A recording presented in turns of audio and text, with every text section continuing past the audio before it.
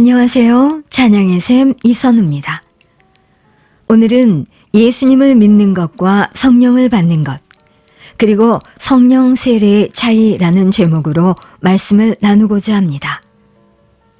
성경은 예수님을 믿을 때 성령이 내주하시며 그 이후에도 성령 세례가 별도로 주어질 수 있음을 보여줍니다.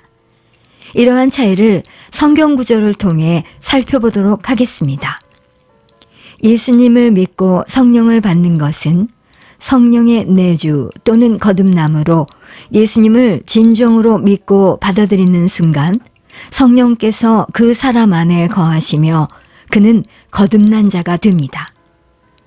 고린도전서 12장 3절에 그러므로 내가 너희에게 알게 하노니 하나님의 영으로 말하는 자는 누구든지 예수를 저주할 자라 하지 아니하고 또 성령으로 아니하고는 누구든지 예수를 주시라 할 수 없느니라 라는 말씀대로 성령이 아니고서는 예수님을 주라고 고백할 수 없으며, 로마서 8장 9절에 만일 너희 속에 하나님의 영이 거하시면 너희가 육신에 있지 아니하고 영에 있나니 누구든지 그리스도의 영이 없으면 그리스도의 사람이 아니라 라는 말씀과 고린도전서 3장 16절에 너희는 너희가 하나님의 성전인 것과 하나님의 성령이 너희 안에 계시는 것을 알지 못하느냐라는 말씀대로 예수님을 믿을 때 성령께서 내주하십니다.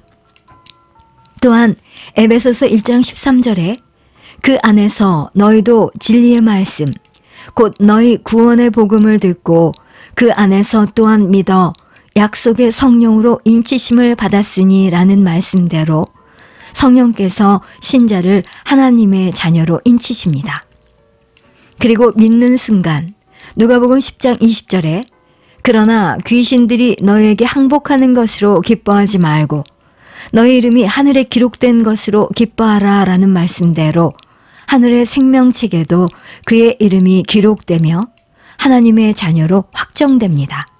거듭남은 주 예수님을 고백하는 순간에 즉각적으로 일어나기도 하고 예수님을 인격적으로 만나면서 일어나기도 합니다.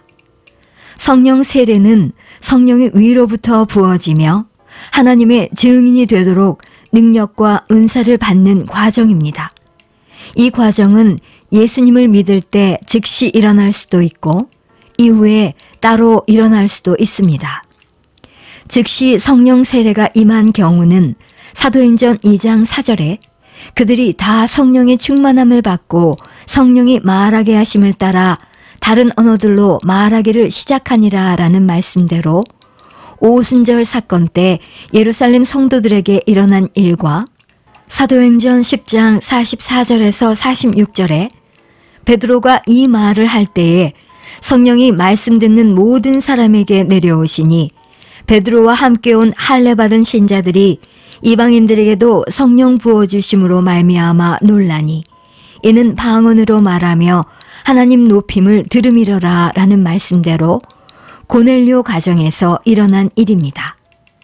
그리고 믿은 후 시간이 지나 성령을 받은 사례는 사도행전 8장 14절에서 17절에 예루살렘에 있는 사도들이 사마리아도 하나님의 말씀을 받았다함을 듣고 베드로와 요한을 보내매 그들이 내려가서 그들을 위하여 성령 받기를 기도하니 이는 아직 한 사람에게도 성령 내리신 일이 없고 오직 주 예수의 이름으로 세례만 받을 뿐이더라. 이에 두 사도가 그들에게 안수함에 성령을 받는지라 라는 말씀대로 사마리아 성도들의 경우입니다. 또한 사도행전 19장 1절에 너희가 믿을 때에 성령을 받았느냐? 이르되 아니라 우리는 성령이 계심도 듣지 못하였노라. 바울이 이르되 그러면 너희가 무슨 세례를 받았느냐? 대답하되 요한의 세례니라. 바울이 이르되 요한이 회개의 세례를 베풀며 백성에게 말하되 내 뒤에 오시는 이를 믿으라 하였으니 이는 곧 예수라 하거늘 그들이 듣고 주 예수의 이름으로 세례를 받으니 바울이 그들에게 안수함에 성령이 그들에게 임하심으로 방언도 하고 예언도 하니 라는 말씀대로 에베소 성도들의 경우입니다.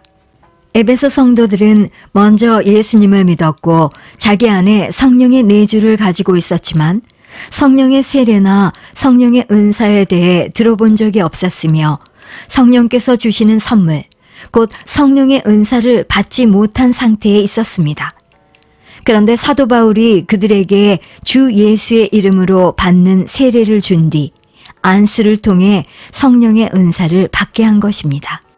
그들은 고린도전서 12장 7절에서 11절에 각 사람에게 성령을 나타내심은 유익하게 하려 하심이라. 어떤 사람에게는 성령으로 말미암아 지혜의 말씀을, 어떤 사람에게는 같은 성령을 따라 지식의 말씀을, 다른 사람에게는 같은 성령으로 믿음을, 어떤 사람에게는 한 성령으로 병 고치는 은사를, 어떤 사람에게는 능력 행함을, 어떤 사람에게는 예언함을, 어떤 사람에게는 영들 분별함을, 다른 사람에게는 각종 방언 말함을, 어떤 사람에게는 방언들 통역함을 주시나니 라는 말씀대로 성령의 은사의 하나인 방언의 은사와 예언의 은사를 받게 되었습니다. 이러한 성령의 은사는 사도행전 1장 8절에 오직 성령이 너희에게 임하시면 너희가 권능을 받고 예루살렘과 온 유대와 사마리아와 땅끝까지 이르러 내 증인이 되리라 라는 말씀대로 증인의 역할을 돕는 능력이며 그것으로 인하여 그들은 담대하게 복음의 증인이 될 수 있었던 것입니다. 성령 세례는 성령의 은사와 성령의 충만함을 통해 하나님의 사역을 돕는 과정입니다. 이는 즉시 임할 수도 있고 나중에 안수를 통해 받을 수도 있습니다. 성령 세례를 받으면 방언, 예언 등의 은사가 나타날 수 있으며 복음의 증인으로서 능력을 받게 됩니다. 요약 정리합니다. 예수님을 믿을 때 성령께서 내주하시며 그 사람은 거듭난 자가 됩니다. 성령 세례는 믿은 후 추가적으로 임할 수 있으며 성령의 은사와 능력을 받는 과정으로 성령 세례를 받은 자들은 복음의 증인으로서 더욱 강력한 사역을 감당할 수 있습니다. 그러므로 우리는 예수님을 믿고 거듭나야 하며 성령의 충만함을 구하여 능력 있는 신앙생활을 해야 할 것입니다.